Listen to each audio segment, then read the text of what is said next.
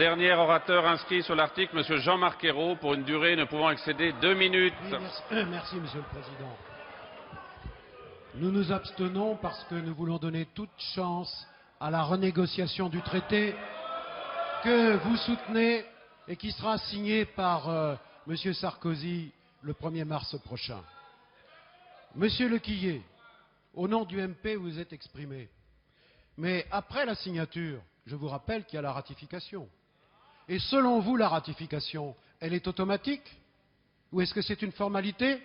Ou est-ce qu'il y a débat pour ou contre une ratification? Quel sens donnez-vous à cette étape démocratique? La soumission, pas nous.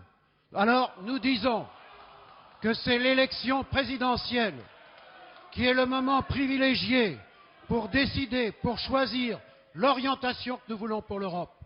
Et l'orientation, ce n'est pas celle que M. de Courson, tout à l'heure avec jubilation, était en train de rappeler et qu'on veut imposer au peuple grec.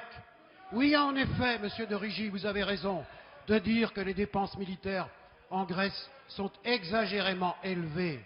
Des ventes d'armes, parfois venant de France et d'Allemagne, qu'on fait payer au peuple grec. C'est même pas dans la discussion avec le gouvernement grec. Alors nous n'acceptons pas cette situation, qui est une situation tragique pour le peuple grec, qui, si j'ai bien compris, Monsieur de Courson, vous voudriez imposer à tous les autres pays.